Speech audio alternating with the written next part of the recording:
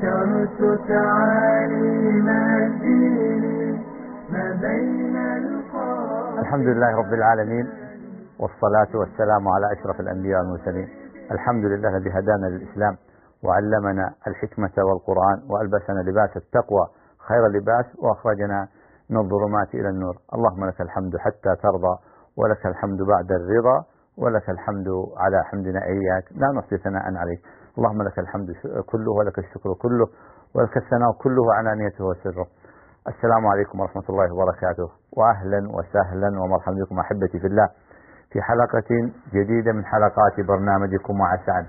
أسعد بكم أحبتي في الله وآنس بكم وأتشرف بكم في برنامج وفي حلقة من حلقات التواصل معكم ومن حلقات الدعوة إلى الله سبحانه وتعالى، والتي هي واجب كل مسلم كل بحسبه، والتي هي حقيقة شرف لكل مسلم أن ينخرط في هذا المجال وأن يكون ممن استعمله الله سبحانه وتعالى في هذا المجال. من بشائر الخير والرحمة من الله سبحانه وتعالى والتوفيق، نسأل الله سبحانه وتعالى أن يرزقنا وإياكم الإخلاص والثبات.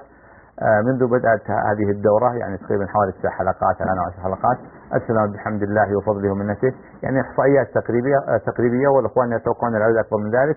أسلم حتى ليلة البارحة 767 شخص بين رجل وامرأة ومن جنسيات مختلفة، وهذا من فضل الله سبحانه وتعالى، ثم هذا الجهود المباركة وتواصل الدعاة إلى الله سبحانه وتعالى، وهذا الخير الذي ما كان يتم لولا توفيق الله سبحانه وتعالى، ثم بهذه يعني وبهذا الدعم وهذا التأييد منكم جميعا أحبتي في الله. هذه الليلة الطيبة المباركة سنكون معكم باللغة الفلبينية، لغة التاغالوغ، فمن كانت تحت يد أحد من يتحدث بهذه اللغة يحتسب الأجر عند الله سبحانه وتعالى. دقائق يعني قادمة يحتسبها عند الله سبحانه وتعالى تكون في ميزان حسناته، ولعل الله سبحانه وتعالى أن يزيل الغشاوة من أبصارهم وقلوبهم فيدخلوا في هذا الدين، فيكون في ميزان حسنات من دعاهم أو من ذكرهم أو من اتصل على أحد من عنده أحد من هذه الجالية فتابعنا في هذه الدقائق القادمة. هذا البرنامج أحبتي في الله وهو برنامجكم مع سعن، هو يقدم برعاية طيبة كريمة من مكتب الدعوة وتوعية الجاليات في البطحة. نسأل الله سبحانه وتعالى أن يوفقهم وأن يسددهم وأن ينفع بهم. وأجد تذكير الأخوة والأخوات الأكارم، الأخوان دائما في المكتب يذكرون أنهم بصدد الآن شراء وقف دعوي يكون يعني يصرف على هذا الوقف في مجال الدعوة إلى الله سبحانه وتعالى، وهي متعددة كثيرة.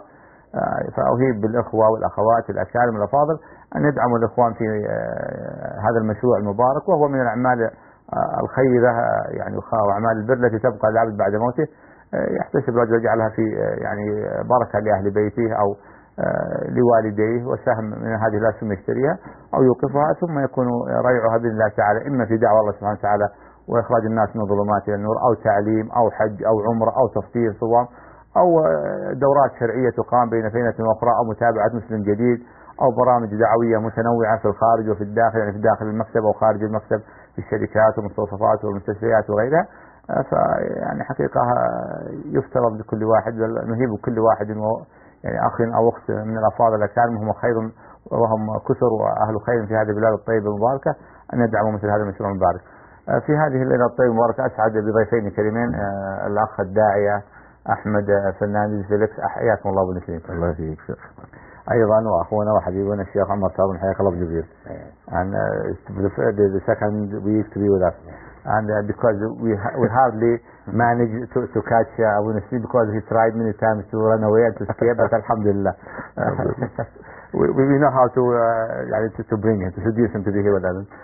Abu Nassim, first of all, you know, sometimes or many times in da'wah we are talking about da'wah, we are talking guiding people, to telling them be a Muslim.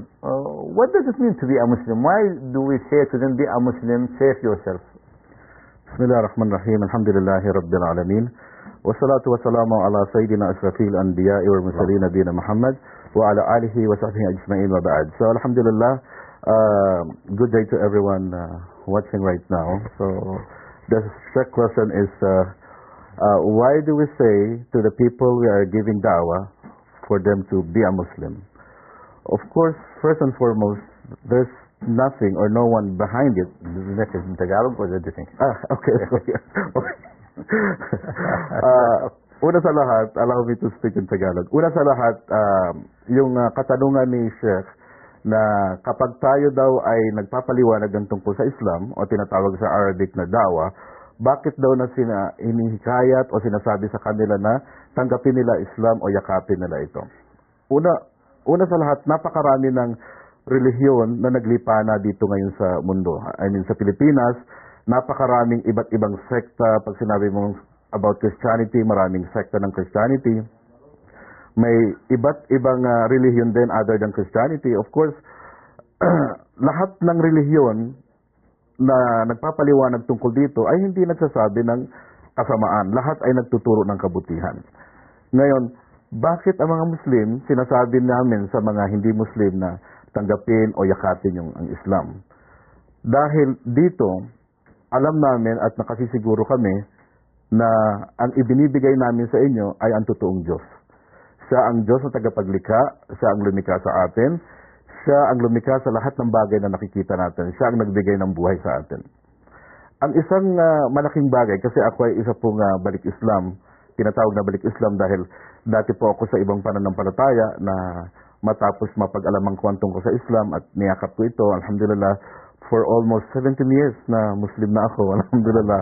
I never had one regret in my life na tinanggap ko ang Islam at ako po ay 100% naniniwala na ang Islam po ang totoong relihiyon at ang Allah SWT talaga ang tanging tunay, natatangi at mag-iisang tagapaglikha. Kaya nga, pag kami po ay nagpapaliwanag tungkol sa pananampalatayang Islam, of course, hindi po namin pinagdidiinan o hindi namin kumbaga ipinipilit sa mga tao na tanggapin o yakapin nila. Pero sa amin po, ang aming dinadala sa kanila ay ito ang totoong Diyos. Sa dinami-dami ng relihiyon, sa dinami-dami ng kinikilalang Diyos, hindi naman po pwedeng lahat ng Diyos na kinikilala ay totoo. Meron pong nag-iisang tangi, tunay at nararapat na Diyos na dapat sambahin, na siya po ang Allah SWT. Kung bakit ko nasasabi na siya yung tunay, tama at totoo, dahil ang pananampalataya pong ito ay nagmula sa Kanya at inihatid niya dito sa mundo sa pamamagitan ng mga propeta na Kanyang ipinadala. At ang kagandahan po, dahil sa huling propeta na Kanyang ipinadala, ang sugong si Propeta Muhammad sallallahu alaihi wasallam, na pinadala ng Allah SWT dito, ay ginawang kumpleto at ganap ng Allah SWT noong panahon ni Prophet Muhammad SAW ang kanyang mga katuruan. Alam natin na may mga propetang nauna sa kanya, nandiyan si Jesus, si Moses, si Abraham, si Jacob, si Solomon, down to Adam po. At ang mga katuruan na ipinadala sa kanila ay hindi na panatili. Katulad nga po ng katuruan na ibinigay ng Allah SWT kay Propeta Jesus at ang aklat na ipinadala o kapahayagan na ibinigay kay Propeta Jesus na tinatawag pong Injil o Ebanghelyo sang-ayon kay Jesus ay hindi rin po napanatiling puro. Kaya nga po nung pinadala ng Allah SWT si Propeta Muhammad SAW ay hindi siya nagdala ng bago sa itinuro ni Propeta Jesus. Bagkus ay ginawang kumpleto at ganap lang ng Allah SWT noong time ni Propeta Muhammad sallallahu alaihi wasallam. At ang napakaganda po rito dahil nagkaroon po ng kumbaga natural preservation kung ano yung katuruan na ipinadala ng Allah SWT kay Propeta Muhammad. Imagine kung ano ang ginagawa ng mga Muslim is exactly kung ano yung itinuro ng Propeta Muhammad sallallahu alaihi wasallam. Kasi po ang paniniwala sa nag-iisang Diyos, hindi naman po pwedeng maniwala lang tayo ng sang-ayon lang sa sarili natin. Sabi po ng Allah sa banal na Quran, "Atiullaha wa atiur Rasuluh." Nang ibig po sabihin, sundin niyo ang Allah at sundin niyo ang propeta. Isang napakagandang bagay po dahil noon ay yung dati kong paniniwala na naniniwala ako na ang Diyos ay nagkatawang tao. Yun po yung dati kong paniniwala. Subalit, nabigyan linaw po ito sa Islam kasi unang-una, hindi po maka-Diyos na gawain talaga na siya ay magkatawang tao. Ibig sabihin, ang ating Panginoon, ang Allah SWT bilang isang napakadakila, ay hindi siya bababa sa level ng kanyang mga nilikha. At hindi po siya magpapakatao para ituro po sa tao kung papaano sambahin ang kanyang kadakilaan. So, kumbaga, magiging katawa-tawa po na ang Diyos ay mag-iitsura ng tao o papasok sa katawan ng tao para ituro sa tao kung paano sambahin ang kanyang sarili. Kaya nga po, alhamdulillah, dahil sa Islam, pinapaniwalaan, itinataguyod, sinusunod, ginagalang at pinapamarisan ang lahat ng propeta dahil sila po ang daan, ang gabay, ang katotohanan at lahat ng pamamaraan kung paano natin dapat dakilain at sambahin ng ating Panginoon ay nararapat lang po sa pamaraan na kanilang itinuro. So, nung time ni Moses, nung time ni Jesus, hindi po na-preserve yung mga katuruan. ang pinakamalaking biyaya po na nung ipinadala ng Allah subhanahu wa ta'ala si Propeta Muhammad ay napanatili po yung mga katuruan na ipinadala niya.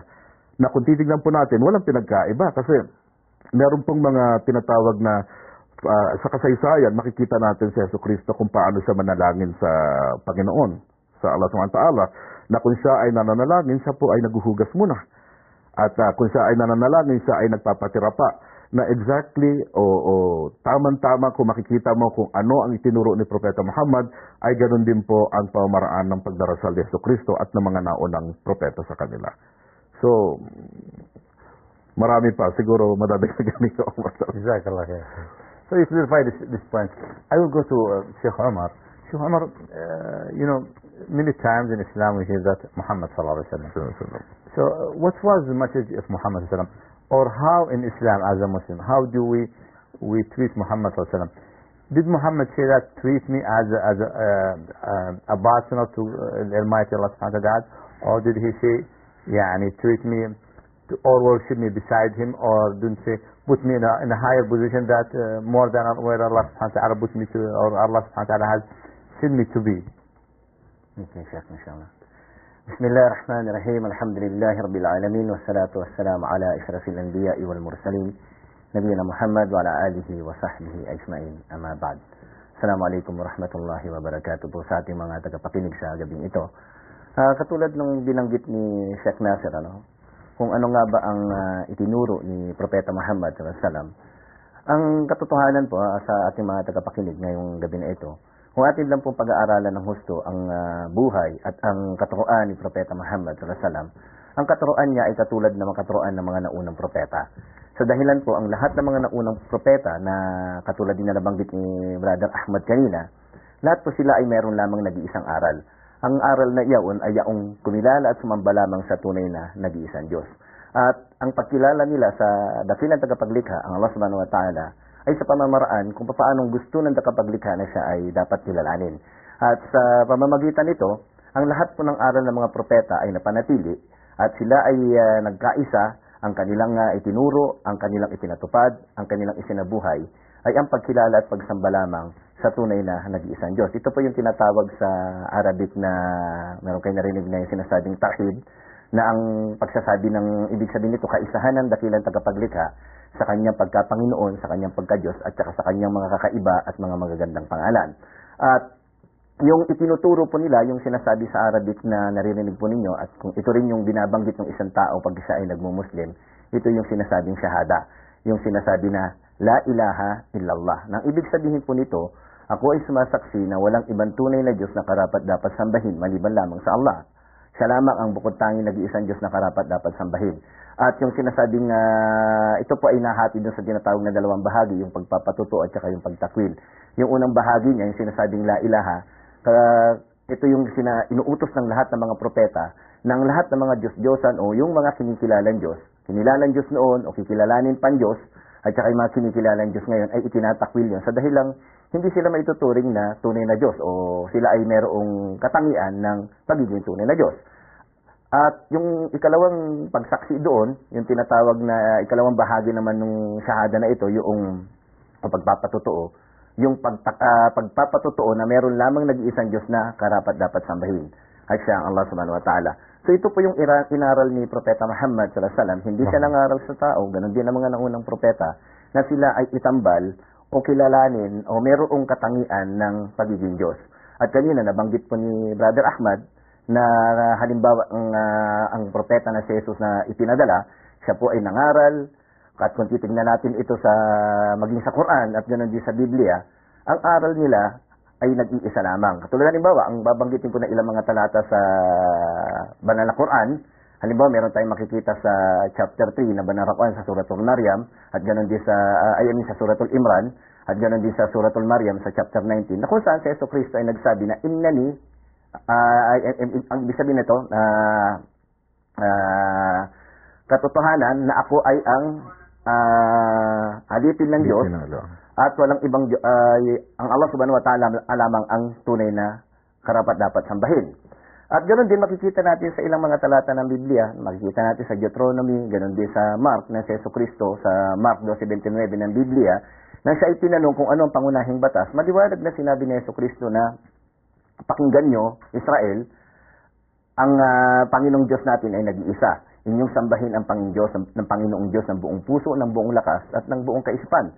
So ang aral po na ito ng ni Jesucristo at ganoon din ng mga naunang propeta katulad na halimbawa po ni Moises, kasi si Jesucristo, siya ay pinadala dito bilang propeta sa mga Israelita. Mababasa po natin sa banal na Quran na siya ay sinasabi doon na warasulan ila Bani Israel. Siya ay ipinadalang propeta sa angkan ng Israelita. At dahil na parito po si Jesucristo na nagturo sa tunay na nag-iisang Diyos, hindi niya binago yung mga naunang batas. Ang batas po niya ng mga naunang propeta katulad ni Moises, katulad na banggit ko kanina sa Deuteronomy, maliwanag na binabanggit doon na meron lamang nag-iisang Diyos na karapat dapat sambahin, at ang nag-iisang Diyos na karapat dapat sambahin na ito ay ipapangaral, ituturo sa mga tao, sa mga anak at sa mga naging anak ng mga propeta. So kaya ang mga propeta na ito, makasisiguro po tayo na isa lang ang aral nila at ito po ang itinuturo ng Islam.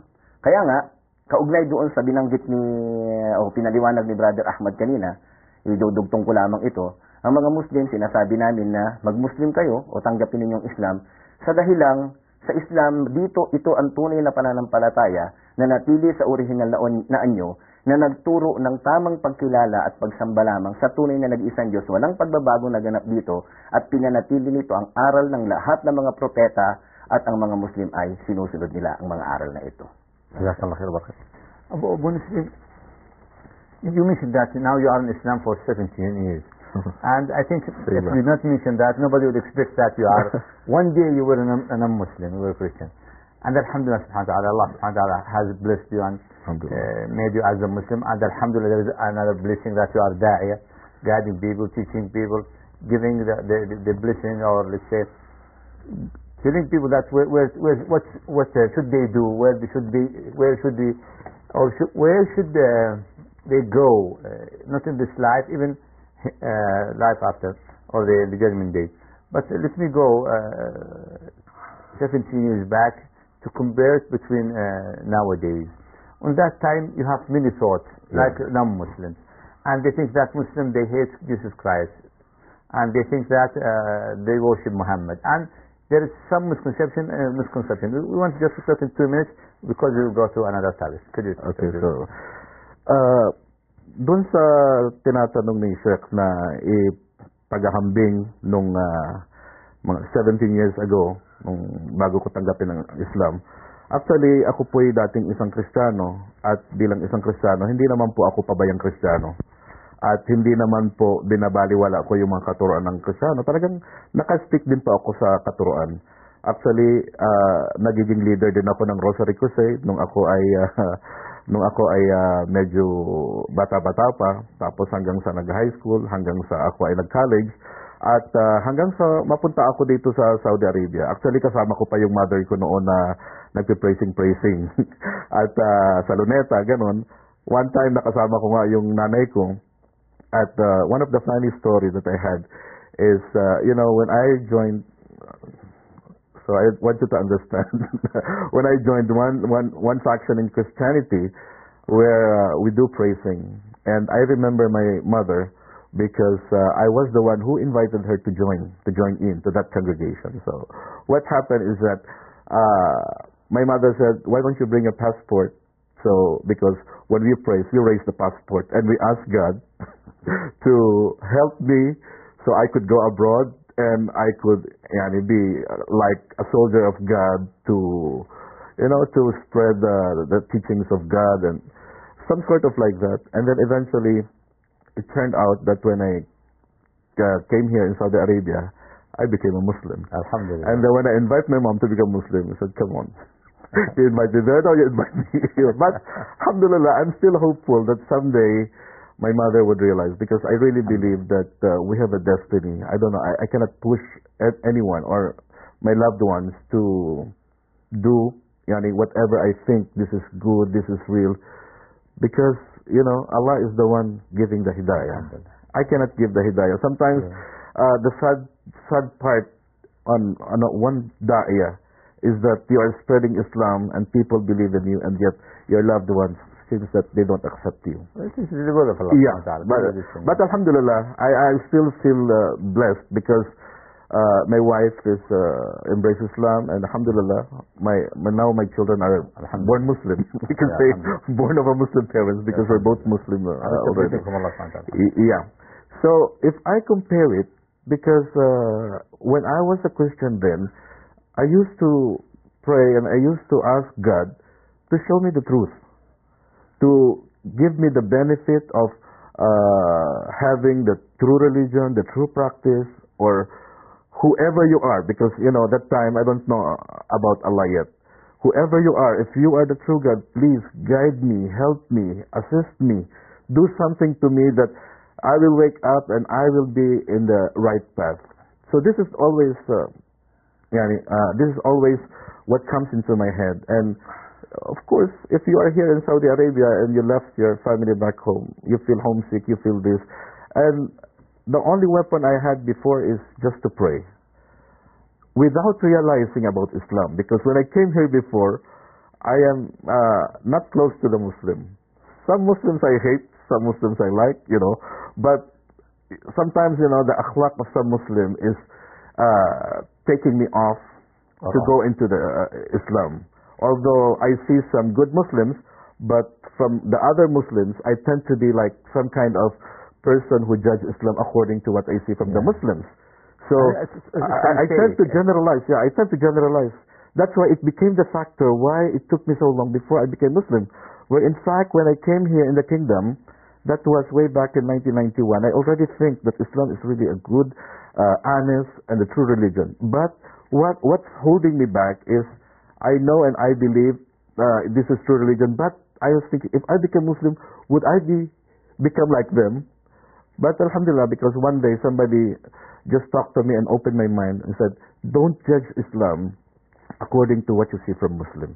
Muslims are only trying hard to be good, trying hard to, And they're not perfect. Yeah, and they're not perfect. Yeah. And then I started to dig out about Islam, and then I have no choice. You find the way. Yeah, You dig that, Sheikh. but I see myself, Sheikh, because I don't think what's good in me before, and I think I carry it. There is a hadith from Rasulullah SAW that the best of you in Jahiliyyah are the best of you in Islam. So I still carry this hadith, that those people who are good when they were not Muslim, when they become Muslim, they carry out what is good in them when they were not Muslim. So I think, alhamdulillah, somehow, I even don't wish to be a person talking about Islam. Just before I was thinking, I just want to be a simple Muslim who talks to somebody, and I never realized I will be involved in da'wah. And alhamdulillah, we cannot count on the fingers how many embrace Islam through us. Alhamdulillah. Alhamdulillah. Also, I would say alhamdulillah that I asked you to say that in 2 minutes because you took 10 minutes. Alhamdulillah, I didn't say make it in 5 minutes. You take 1 hour. Alhamdulillah. So I'll go back to you, Abu Jibril. Let's go. Cover this issue. It's very important that. According to your experience in da'wah and also to our experience, that we have so many people who heard about Islam, and some non-Muslim, they do want to hear sometimes, and they don't think that they are cheating themselves, and sometimes most of them, those who believe that Islam is a true religion, but they still hesitant, they are hesitating to accept it. Okay, what do you have to say to them, and what we should say to them to break this kind of hesitation? Okay, Sheikh, inshallah. Yung sinasabi ni Sheikh sa mga tagapakinig natin o tagapanood natin sa araw na ito. Actually, marami tao talaga na nakapagbasa o nakapakinig ng mga aral ng Islam. At sa isip at sa puso nila, alam nila na ito talaga ang tunay na relihiyon. Subalit, meron yung mga tinatawag na mga pag-aalinlangan pa sa kanilang isipan. Ito ay bunga ng iba't ibang mga kadahilanan, maaring personal, at ang mga kadahilanan ito ay katulad halimbawa, ang isang tao ay iniisip niya yung pamilya niya. Maaring ito ay ang pamilya niya ang magiging dahilan na maging sagabal sa kanya, o magkahiwalay sila na mag-asawa, o kaya naman ang mga magulang niya itakwil siya, o kung ang tao naman ay mayroong magandang posisyon halimbawa sa isang lipunan, isa ring sagabal yun. o kaya naman ang iniisip niya yung mga kaibigan niya na maaring kukutyain siya o pagtatawanan siya. At ganun din, maaaring ang isang tao ay hindi niya pa talaga nararamdaman ng gusto o nasaliksik ng gusto yung pinakaaral ng Islam. Kasi merong mga tao na sa isang basahan ng isang libro, nakukumbinsi siya doon sa libro na yun. Subalit, ang pag-aaral kasi sa Islam, hindi ito nakukuha ng isang upuan lang o ilang pagbabasa ng mga libro at pagkatapos ay masasabi niya ng napag-aralan niya na ang Islam. So, ang unang-unang kinakailangan gawin talaga ng isang tao ay yung bang pag-aralan ng husto ang aral ng Islam at unawaan ito ng mabuti. At ang isang tao, kapag nandoon yung tamang layunin na ang hinahanap niya talaga ay ang kaligtasan at yung pagkilala sa tunay na nag-iisang Diyos magagayon ay matutunghayan niya yung tinatawag na totoong reliyon, na kasi siguro kami ng isang tao ay magkakaroon ng tamang layunin at yung mga iniisip niya o yung mga binanggit ko na sa gabal, ito ay ibabaliwala niya na ito. Kasi ang pinag-uusapan natin dito sa puntong ito, yung sinasabi natin kaligtasan sa kabilang buhay. At kung titignan natin, yung mga kadahilanan na yan na nagiging sanhi ng ating pagdadalawang isip o pag-aalinlangan natin sa pagtanggap ng Islam, ang mga ito ay hindi natin maipapangatiran sa dakilang tagapaglikha sa kabilang buhay. Pag tayo ay humarap na sa ating Panginoon at katiyakan, tayo ay magbabalik sa ating tagapaglikha. Ang tagapaglikha natin na siyang naglikha sa atin, nagbigay ng buhay sa atin, nagpangyari na tayo ay binigyan niya ng buhay pagkatapos tayo ay mamamatay, at pagkatapos ay bubuhayin muli tayo ng tagapaglikha natin, tayo ay haharap sa Kanya, hindi natin maipapangatiran sa Kanya na kaya hindi natin siya sinamba o hindi natin tinanggap ang pananampalatayang Islam na ipinagkaloob niya sa atin bilang ating gabay at patnubay. Hindi natin maipapangatiran sa Kanya na kaya hindi natin siya sinamba o hindi natin tinanggap ito dahil ang ating asawa, ang ating pamilya, ang ating mga kamag-anak, ang ating posisyon sa lipunan. Ang tagapaglikha natin, tatandaan natin, binigyan tayo ng tamang pag-iisip. Ang talinong ito, hindi ito pinagkaloob sa ibang nilikha, katulad halimbawa ng mga hayop. At itong talino na ito isang malaking pananagutan natin sa kabilang buhay, na kung saan habang tayo ay namubuhay dito sa mundong ito, na maikli lamang ibinigay sa atin na buhay o panahon dito sa mundong ito, gamitin natin mga kababayan sa tamang pamamaraan. Na kung saan, lagi nating iniisip yung magandang buhay at yung bang maginhawang buhay, isipin natin yung hirap na natatamo natin dito sa mundong ito. Kung halimbawang ikaw ay nagkakaroon ng problema, nagkakaroon ka ng sakit, na kung saan wala nang ibang taong makakatulong sa iyo, yung bang mapasok ka sa apoy, maramdaman mo yung napakatinding init, ang tagapaglikha natin, ipinadama sa lahat sa atin yung mga bagay na yan, upang nang sa ganun ay mapag-isip-isipan natin na sa kabilang buhay, maaari muli nating maranasan yan na kung dito sa mundong ito, walang sino mang tao ang makakatulong sa atin basta-basta sa mga ganyang problema. Maliban lamang doon sa mga pinahintulot ng tagapaglikha natin na makapagbigay ng solusyon sa ating mga problema. Subalit sa kabilang buhay, ang bukod tanging makatutulong lamang sa atin mga kababayan ay walang iba kung hindi yung tinatawag na paniniwala natin at yung mga ginagawa nating kabutihan dito na nangaayon doon sa inutos sa atin ng dakilang tagapaglikha. At magagawa lamang natin yan kung ating susundan natural lamang yung mga propeta na ipinagkaloob niya o pinadala niya sa atin. At sa panahon natin ngayon mga kababayan, ang ating ang sakop ng ating panahon ay sakop ng huling propeta na si Propeta Muhammad sallallahu alaihi wasallam. So ibig sabihin nito, kinakailangan ang pamamaraan ng pagsamba at pagkilala natin sa tunay na nag-iisang tagapaglikha ay sa pamamaraan dapat na sakop sa pamamaraan ni Propeta Muhammad sallallahu alaihi wasallam at hindi doon sa pamamaraan ng mga naunang propeta. Kung tayo siguro ay nabuhay ng mga panahon ng mga naunang propeta, magagayon ang panuntunan natin ng buhay, ang pamamaraan ng pagsamba natin sa tagapaglikha ay sa pamamaraan ng mga naunang propeta. Hindi na natin makikita yun ngayon mga kababayan. At tulad na nabanggit ni Brother Ahmad kanina, ang mga aral ng mga naunang propeta hindi na pangalagaan. Kaya naman ipinadala ng dakilang tagapaglikha ang huling propeta na si Propeta Muhammad sallallahu alaihi wasallam upang nang sa gayon gabayan tayo sa tamang pagkilala at pagsamba sa tunay na dakilang tagapaglikha ang Allah subhanahu wa ta'ala at makikita natin ang mga yan sa Islam o sa pananampalatayang Islam. Jazakallah khair, barakallahu fiik Sheikhana.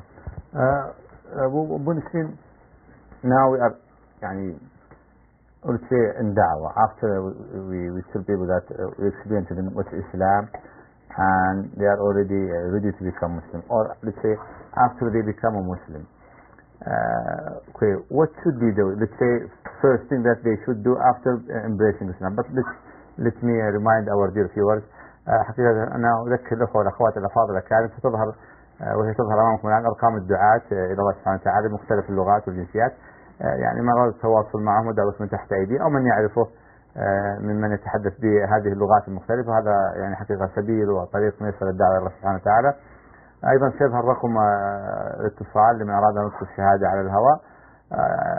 أخونا وحبيبنا المؤد الشيخ محمد ناصر يذكرني أيضا بضرورة متابعة حساب معا لدعوة العمالة، وفيه الخير الكثير، أرقام الدعاة إلى الله سبحانه وتعالى. وكل من أراد الاستفادة سواء من حلقات ماضية أو كل ما يتعلق بهذا البرنامج أو ما يتعلق بالدعاة من أرقام وعناوين فسجده في هذا الحساب، وهو حساب نافع. نسأل الله سبحانه وتعالى أخونا عبد الوهاب القائم على خير الجزاء. أيضا أذكر أن الأخوان أن هذا البرنامج هو من يعني برعاية مكتب دعوة بطحة، والأخوان يعني يهيبون بالأخوة الأفاضل كان دعم مشروع الوقف الذي حقق الأخوان بسبب شراءه الآن، ولا زال يقف العائق المادي أمامه. نسأل الله سبحانه وتعالى أن يحقق لهم ما أرادوا ما تمنوا. So I'll go back to Justin. But let's make it the answer after all, because we have to go to a short break and I come back to you. نخرج إلى فاصل قصير نعود بعده لاستكمال ما بقي معنا من فقرات حلقتنا. يكونوا معنا حتى نعود إليكم.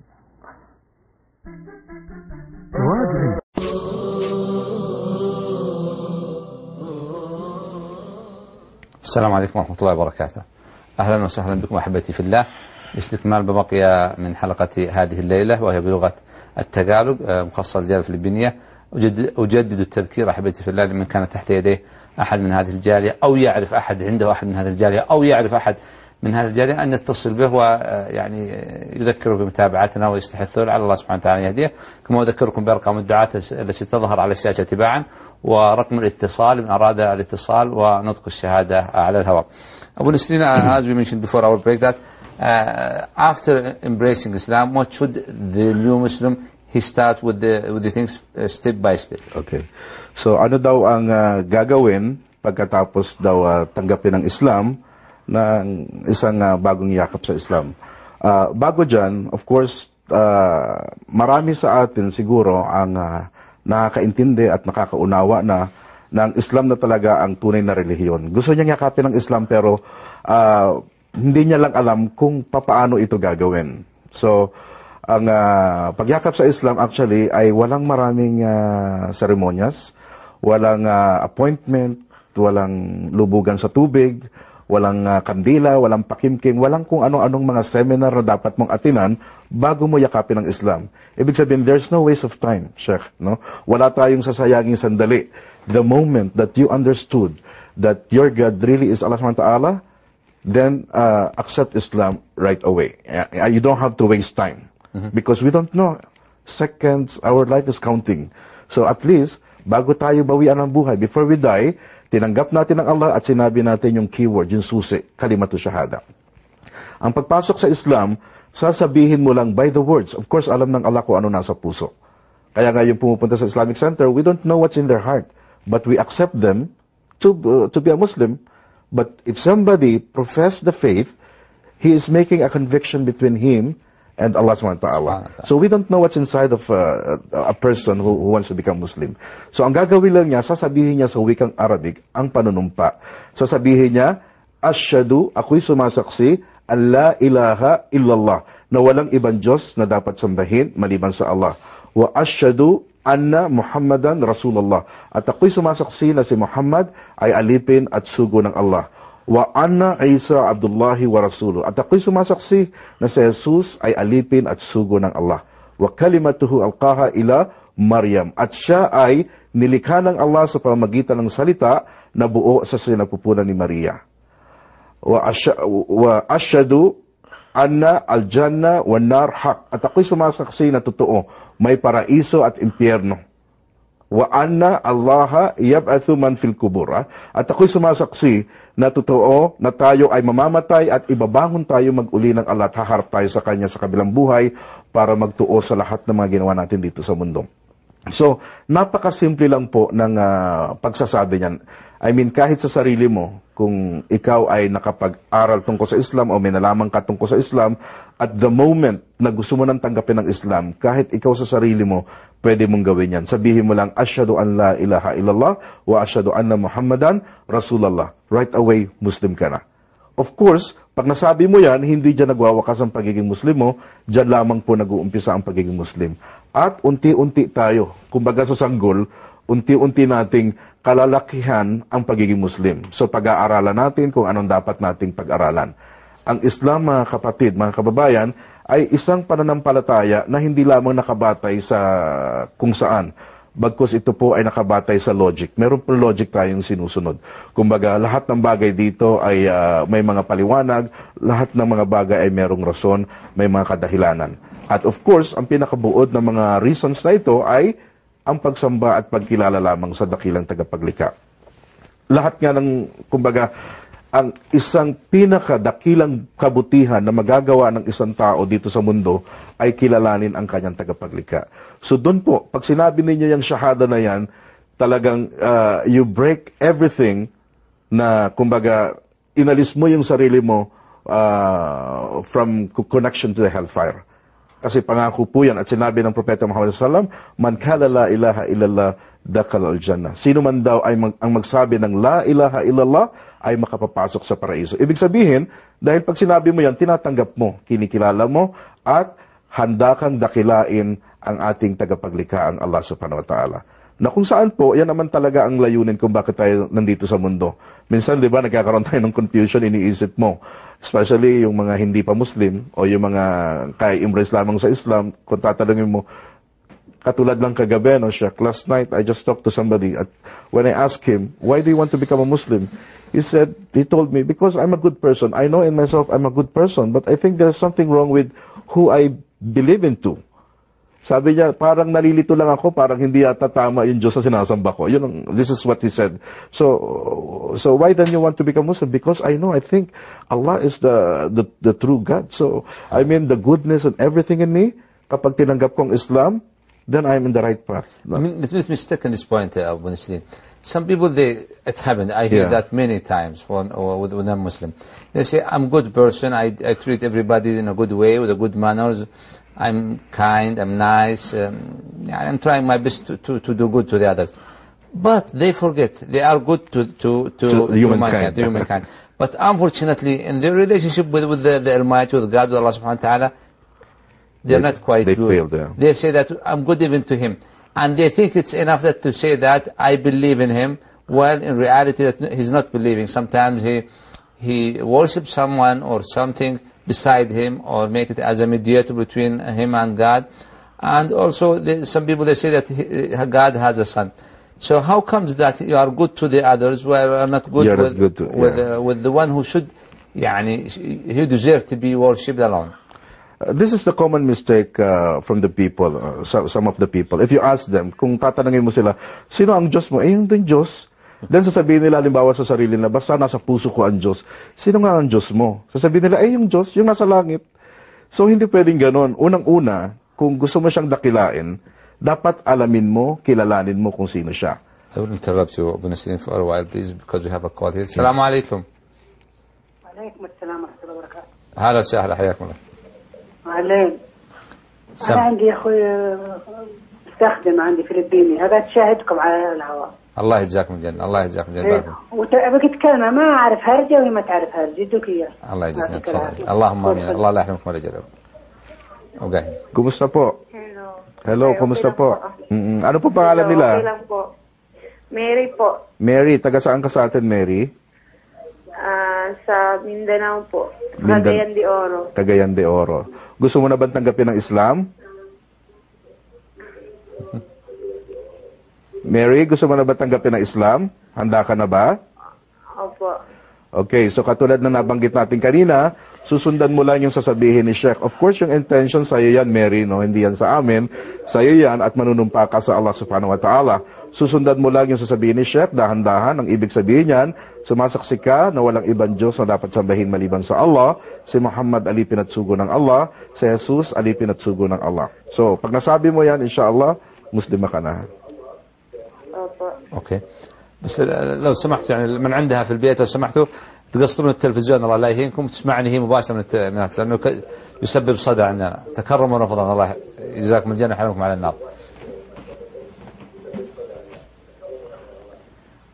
Okay, sister, assalamu alaikum. Good evening, sister. Are you ready to be a Muslim now? Ano po? Handa na daw po kayong tagapin ng Islam? Opo. Okay. Okay. Ask her to repeat after me. Susundan mo lang si Sheikh, dahan-dahan na. Of course, yung intention sa'yo, inshallah. Okay, sige po. Okay. Say, Ashhadu Ashhadu an an la ilaha la ilaha illallah illallah wa ashhadu wa ashhadu anna anna Muhammadan Muhammadan Rasul Rasul Allah. Allah. ما شاء الله. Congratulations. الله نذكر الأخوة والأخت الفاضلة الكريمة أنه مباشرة الآن الأخت تغتسل ويعني تشرح لها الآن كيف تصلي خطوة بخطوة خطوة بخطوة يعني تصلي معها وتوريها يعني كيف تصلي ثم بعد ذلك تبدأ معها المرحلة الأخرى يعني تحفظها قصار السور سورة الفاتحة أولا وقصار السور بعض الأذكار ويا حبذا لو أنها تتواصل مع مكاتب الدعوة وتترك لها فرصة أن تزور بعض مكاتب الدعوة تتعلم يشرحوا لها ما تحتاجه يعني من الأمور الهامة من أمور الدين. هذا حقيقة نصيحة للأخت الفاضلة الكريمة أسأل الله سبحانه وتعالى لا يحرمها الأجر ونصيحة لكل من يمن الله عليه سبحانه وتعالى ويكون سبب في دخول أحد في دين الله تعالى. جزاك الله خيرا. Very timely, Sheikh, because you are asking me the question, what to do yani after he became Muslim. So, alhamdulillah. Alhamdulillah. Okay. So, napaka-ganda po ng pagkakataon dahil ang gusto ni Sheikh na sagutin ko kanina ay ano ang gagawin ng isang tao pagkatapos niyang yumakap sa Islam. So, yung sister na bagong yakap sa Islam, alhamdulillah, congratulations sa iyo, Mary, mula siya sa Cagayan de Oro. Actually, pagka nasabi mo na yan, Muslima ka na, no? O Muslim ka na. So, dyan nag-uumpisa pala ang pagiging Muslim natin. Pagkatapos mong tanggapin ng Islam, alhamdulillah, isang napakagandang biyaya na ibibigay ng Allah sa'yo na lahat ng kasalanan mo magmula nung kauna-unahan hanggang sa bago mo tanggapin ng Islam, pinapatawad ng Allah SWT. So, ang mangyayari niyan, yung record mo ngayon ng kasalanan is 0. Okay? Wala ka ng kasalanan. At yung lahat naman na mabuti na ginawa mo before Islam, bago ka mag-embrace ng Islam, ay minumultiply ng Allah from 10 to 700 folds. Allahu Akbar. Ha? So kung halimbawa, sa estado ngayon ni Mary, na bagong yakap sa Islam, gabundok na reward, gabundok na, kumbaga, biyaya ang ibinigay sa kanya ng Allah SWT na dapat niyang pangalagaan. Jazakallah khair. Okay, Sister Rose, assalamu alaikum. Hello? Hello. Kumusta po? Okay po. Ano pong pangalan nila? Rose po. Taga saan naman si Rose? Nandito po ako ngayon sa Saudi, nagtrabaho po ng DH. Sa Saudi. Pareho tayo nasa Saudi. Saan ka sa atin sa Pilipinas? Sa Taguig po. Taguig. So alam mo may area ng mga Muslim dyan, di ba? Opo, marami po. May mga kaibigan ka bang Muslim dyan? Opo, marami po. So alhamdulillah, so hindi na bago sa yung Islam. So ready ka nang tanggapin ng Islam? Yes naman po. Alhamdulillah. Ko po kasi lalo na yung madam ko. Alhamdulillah. Mahal na mahal din ako. Alhamdulillah po. So alhamdulillah, hindi lang po, kumbaga, ang relasyon nyo ay hindi lang amo sa naglilingkod sa kanya, kundi kayo po ay magiging magkapatid na sa Islam, no? Yes so, po, sarili ko po talagang so alhamdulillah. Si Ada. Yun dapat, maging proud tayo pag tanggap natin ng Islam. Okay.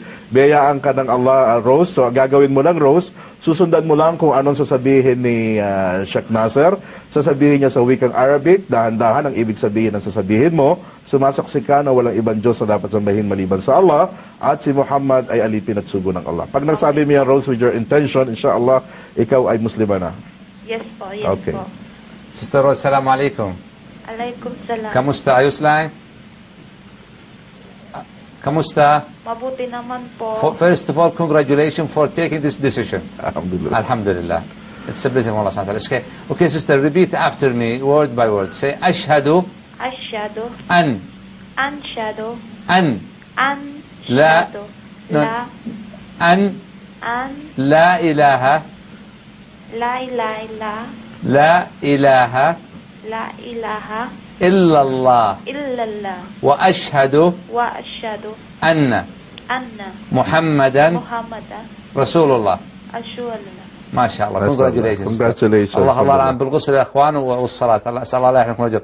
الله يا أخوان بالإحسان إليهن وحسن معاملتهن، يعني حقيقة هن أخوات لكم الآن، يعني لهن ما لكم وعليهن ما عليكم، يعني أخوات في الله سبحانه وتعالى. فهذه منة والله العظيم منها منة عليكم وعلينا أنهن اهتدينا وكنتم أنتم سبب في هدايتهن. فلا أقل من الإنسان يحسن المعاملة، يعلمهم أيضا يعني قدر المستطاع ما يحتاجونه من أمور الدين. هذه الإنسانة يا حبذا لو كانت يعني داعية غدا تدعو يعني عائلتها وبني قومها ومن تقابل من بني جلدتها، وكل هذا في ميزان حسنات من دعاها من مغفرة. أسأل الله سبحانه وتعالى يجعلهم مباركين وأن يطرح في بيتهم الخير والبركة والنور والهداية والرحمة، وأن تكون سبب في دخولهم الجنة بإذن الله تعالى. Okay. Alhamdulillah, Sheikh. So, congratulations sa iyo, Rose. So, yung isang bagong yakap sa Islam, pagkatapos siyang tanggapin ng Islam, halimbawa, ikaw lang mag-isa ang nagsabi ng Asyhadu an la ilaha illallah, Asyhadu anna Muhammadar Rasulullah. Alam mo naman at kaya mo naman ito sabihin to. Pagkatapos tanggapin ng Islam, of course, nagkakaroon ka ng ngayon ng tungkulin sa ating tagapaglikha. Tinatanggap mo na ikaw ay kanyang alipin at hindi ka anak ng Diyos. Ngayon, yung konseptong alipin, meron tayong tungkulin na dapat nating gampanan sa kanya. At ang isa dito ay ang sala. So, obligado na tayo magsala. Kapag halimbawa, nag-embrace ka ng time na to, katulad ngayon dito sa Saudi Arabia ay sala ng Maghrib, then dapat magsala ka ng Maghrib. So, ang gagawin mo, maghugas ka, of course, tuturuan ka kung may kasama ka dyan, magpaturo ka magwudu. Pero sa sandaling glance, siguro may mga nakikinig sa atin na gusto niyang matutunan ng wudu, napakasimple lang po, no? Bago tayo gumawa ng isang ibada o pagsamba sa Allah, binabanggit natin kalimitan yung Bismillah o nagsisimula tayo sa pangalan ng Allah. So, ang gagawin mo, of course, sa tubig, maghuhugas ka ng kamay, at hugasan mo ang kamay mo magmula dito hanggang dyan, 3 beses, tapos kaliwa, 3 beses, tapos mumug ka. Pag mumug mo, make it 3, tapos sa ilong, sisinghutin ng kaliwang kamay, sa kaliwa, no? Mumug tapos, o kaya singhot. And then, hilamos sa mukha, pagkatapos kamay, tapos sa kaliwa naman, 3 beses din, tapos kumuha ng tubig sa ulo, pabalik, okay? At ugasan ng kanang paa, kaliwang paa. Maaring sa umpisa, hindi mo pa ito magagawa ng lubusan. So, unti-unti naman pinag-aaralan mo yan. Huwag ka mag-alala, kapatid, dahil kapag ginagawa mo ito ng halimbawa, hindi maayos, pero may pagsisikap ka at matapat mo itong ginagawa, inshallah, tinatanggap ng Allah yan sa atin. Subalit, huwag tayong titigil hanggat hindi natin nakukuha eksakto kung paano ito ginagawa. Alhamdulillah, sa mga bagong Muslim, sa bata po, napakaraming mga yumayakap sa Islam. At sa bata, meron po kaming pag-aaral every month po, yung mga yumakap ng Islam sa buwan na ito, at pinag-aaralan po ang lahat ng yan. Ngayon po nag-uumpisa yung seminar namin, meron po kaming 3 days na pag-aaral. So kung sino man po ang yumakap ng Islam at kung saan kayo malapit na Islamic Center, ang isang bagong Muslim, dalhin ninyo sa Islamic Center, nang sa ganun ay magabayan sila. Definitely po, may mga tao dyan na gagabay sa inyo. Jazakallah khair. Okay, man ma'ana, ikhwan. Assalamu alaikum. الو وعليكم السلام. اهلا وسهلا، حياكم الله. يا اهلا. انا برضو شغاله في الفلبينيه، شغلت البرنامج وعجبها بس تسلم. الله يسلمك من كل شر، يبارك فيك ولا يحرمك الاجر، يجعلك مباركه. اعطينا الله هي يسلمك. الان تسمعكم وتقول اتكلم. الله يحرمك على النار والديك ووالديك زوجك. يلا. Hello po. Kumusta po? Hello? Hello? Kumusta po? Anong pangalan nila? زينب po. Janet, saan ka sa atin, Janet? لو سمحت بس قصر التلفزيون يا اختي. يا اختنا لو سمحتي قصر التلفزيون عندكم لو سمحت، لانه يسبب لنا مشكله الان. بس خليها تسمعنا التليفون. Janet, saan sa Manila? هلو جنيد. Hello, Janet. Hello? Oo, saan sa Manila, Janet? Nabotas po. Navotas. Handa ka ng tanggapin ng Islam? Opo. Okay, alam mo nang gagawin. Siguro napanood mo yung nauna, no? Yes, Ang gagawin po. mo lang, sasabihin mo lang, inshallah, at with all your heart and everything, inshallah, surrender mo yan sa Allah, ha? Yes po. Okay. هلو سيستر جنيد، كم está؟ Okay po. Okay lang po. ما شاء الله Opo. ما شاء الله. Congratulations. Sister, repeat after me, ها? Yes po. Say أشهد Aishadu أن an لا إله la ilaha إلا الله illallah وأشهد wa aishadu أن anna محمدا Muhammadan رسول الله. رسول الله. اللهم صل وسلم. Congratulations, sister. اللهم اجعلنا من اتباع سنته ومن يحشرنا في زمرته. من معنا يا حباب؟ الله يحييك، جزاك الله خير على النصر. روناليد. هلو، السلام عليكم. هلو. Hello. Kumusta po kayo? Mabuti na po, sir. Parang kagigising lang po ah. Hindi naman, sir. Pakilakasan po yung boses. Ano pong pangalan nila? Ako po si Ronalyn Balawi. Ronalyn. Saan ka sa atin, Ronalyn? Sa Banawi, Ifugao po. Igorot po kayo? Sa Banawi, Ifugao, Philippines.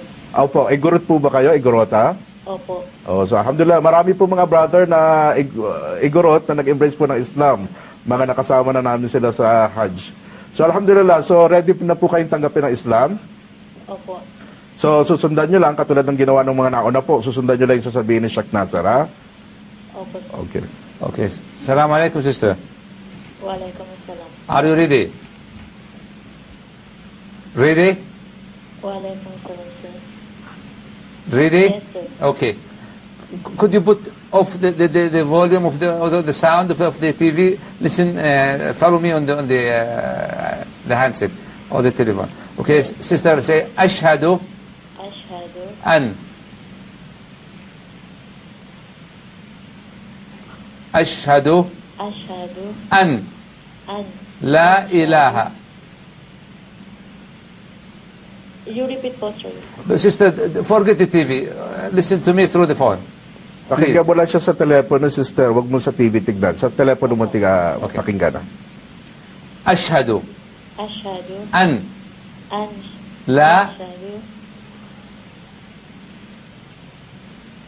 la la ilaha ilaha illa Allah illallah wa ashhadu wa ashhadu anna anna Muhammadan Muhammadan Rasulullah. Rasulullah. ما شاء الله. Congratulations. اللهم صل وسلم وبارك على محمد. أخواتي الآن الغسل الآن تغتسل وتصلي، تشرحين لها الآن كيف تصلي، تتابعك الله يجزاك الجنة. ويا حبذا التابعين يعني مكتب الدعوة، مكتب الدعوة في البطحة وغير المكاتب يقيم دورات نسائية خصوصا يوم إزوتن فرايدي For Bataya, we have Friday after Asr prayer. after Asr From prayer. 4 to 8. يوم الجمعة من 4 إلى 8 في مكتب الدعوة البطحة دروس نسائية، هذه خاصة في مكان مخصص للأخوات المسلمات والداعيات من الأخوات الفاضلات يعلم هنا. We also have a program every Jummah during the Salatul Jummah. There are women, يعني exclusive for them. أيضا ذكرني الأخ أحمد، أيضا هنالك أظن من الساعة 9 إلى 12:30 أو 9:30 دروس أو محاضرات دعوية لغير المسلمات أو من أراد المشاركة المسلمات أيضا تقام يوم الجمعة. فهنالك يوم الجمعة من بعد يعني من الساعة 9 إلى الساعة 12 أو 12:30، وأيضا من الساعة 4 مساء حتى الساعة 8. يعني أهيب بإخواني وأخواتي الأفاضل الأكارم، أسأل الله سبحانه وتعالى هم حريصون حقيقة على مثل هذه الأمور أن يعني يحتسبوا هذه السويعات تكون في ميزان حسناتهم. مريتا معنا يا إخوان؟ هلو، السلام عليكم. هلو، الله يجزاك الجنة يبارك فيك يبارك فيك. Marita. Hello, kumusta po? Marita? Okay po. Yes, sir. Oy, Marita, saan ka sa atin, Marita? Sa Sapang Palay po. Sapang Palay, Bulacan. Sa Pampalay, mashallah. So, sundan mo lang yung sasabihin ni Sheikh. Handa ka naman tanggapin ang Islam? Opo. Okay, susundan mo lang yung sasabihin ni Sheikh, ha? Yes, sir. Okay po, okay. Alhamdulillah. Hello, sister. Assalamu alaikum. Malaikum salam. Okay, ready, sister, now? Yes, sir. Okay, repeat after me. May Allah bless you and guide you. Okay, sir. Say ashhadu Ashhadu an an la ilaha la ilaha illallah illallah wa ashhadu wa ashhadu anna Muhammadan Rasulullah. Rasulullah. ما شاء الله. congratulations. ما شاء الله. الله يسأل الله أن يحرمك على النار كفيلها ولا يحرمك الأجر، وأن يبارك لك في علمك وعملك ووقتك، ويجعل والدي ووالديك والسامعين والسامعات في جنات النعيم. اللهم آمين. حقيقة يعني لا زالت أمامنا كثير من محاولة. have many topics to cover, but unfortunately it's the time. Right. This is طبعا أخوانا، أنا أذكر جدد تذكير الأخوان أخواتي الحلقة القادمة ستكون أيضا باللغة الفلبينية لغة التقالب. يا أخوان احتسبوا الأجر عند الله سبحانه وتعالى، يعني انشروا الإعلان وتذكير الناس بمتابعتنا في الحلقة القادمة، وأيضا متابعة حساب معنى دعوة العمالة أو العادة لهذه الحلقة، والاتصال بأرقام الدعاة والداعية التي تظهر أمامكم، سجلوها وانشروها لعل الله سبحانه وتعالى يكتب لكم من أجر الدعوة سبحانه وتعالى، يدخل أحد في الله في ميزان حسناتكم ترتفعون به في الجنان، ويبارك لكم في علمكم وعملكم في هذه الدنيا. نسأل الله سبحانه وتعالى أن يوفقنا لكم لكل خير ونستعملنا لكم في مرضاته. يعني الوقت دهمنا أحبتي في الله. أنا حقيقة أقدم شكر أولا وأخيرا سرا وعلانيا لله سبحانه وتعالى أن وفقنا واستعمل في طاعته. شكر لمكتب الدعوة وتوعية الجهات الواضحة رعاية هذا البرنامج. شكر خاص أحبتي في الله للأخوة أو الأخت الفاضلة التي دعمت هذا البرنامج، والأخوة الأفاضل اللي دعموه أيضا. نسأل الله سبحانه وتعالى أن يبارك لهم في أموالهم، وهنيئا لهم حقيقة هذه الثمار التي ظهرت نحو قرابة 780 كما أخبرني الأخوة ممن أسلم بسبب هذه الحلقات. أيضا شكر يعني وإن كان له عتب علينا أخونا مطلق بن إبراهيم العصيمي على جهوده المباركة في تسجيل هذه الحلقات ونشرها، أخونا وحبيبنا عبد الوهاب أبو فهد الشريان النابض لهذا البرنامج. الشكر للأخوة الكادر الفني الجميل، نسأل الله سبحانه وتعالى يحرمه الأجر. أذكركم ستكون الحلقة القادمة بلغة التقالب واللغة الفلبينية، فالله في الدعوة سبحانه وتعالى. أنا حقيقة أشكر الأخوة ومشايخنا الكرام الذين دائما يغردون وينشرون يعني هذه الحلقات. نسأل الله سبحانه وتعالى أن لا يحرمهم الأجر. لكم أحبتي في الله حبي ودعائي وشكري على تفضلكم ومتابعتكم ومساعدتكم وعونكم. أسأل الله سبحانه وتعالى أن لا يحرمكم الأجر. درعان مقدمان للدعاة الأفاضل مكتب الدعوة وتوعية الجاليات في البطحة. نشكر الأخوة حقيقة على هذه البادرة الكريمة الجميلة وتكريمهم للدعاة إلى الله سبحانه وتعالى. نسأل الله سبحانه وتعالى أن يستعملكم في طاعته. حتى ألقاكم في الأسبوع القادم أترككم في رعاية الله تعالى. سبحانك اللهم وبحمدك أشهد أن لا إله إلا أنت أستغفرك ربي وأتوب إليك. لا تنسوني من صالح دعواتكم. السلام عليكم ورحمة الله وبركاته. جزاك الله خير. نشرت تعاليم الدين ما بين القاص والداني من أقصى المغرب للصين من أقصى المغرب للصين. لو أملك لو عندي عمر يكفيني لنشرت تعاليم الدين ما بين القاص والداني من أقصى المغرب للصين من أقصى المغرب للصين.